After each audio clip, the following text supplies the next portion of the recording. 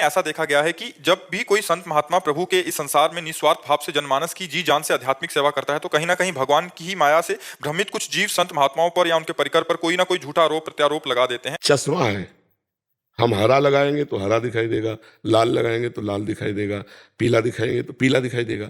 अब अगर संशय, विपरीत भावना, कामनाओं की अनुकूलता की पूर्ति के स्वभाव वाली वृत्ति में, तो आप किसी भी बड़े संत के पास जाएंगे तो आपको यही संशय का चश्मा लगा तो संशय दिखाई देगा, विपरीत भावना का लगा तो विपरीत बातें आपको दिखाई देंगी, अपनी कामनाओं की पूर्ति का लगा है तो फिर हमारे अंदर संतत्व के भाव को हम नहीं जान पाएंगे। तो हमें क्या चाहिए कि हमको अपने चश्मे से देखना है कि दूसरे के चश्मे से देखना है।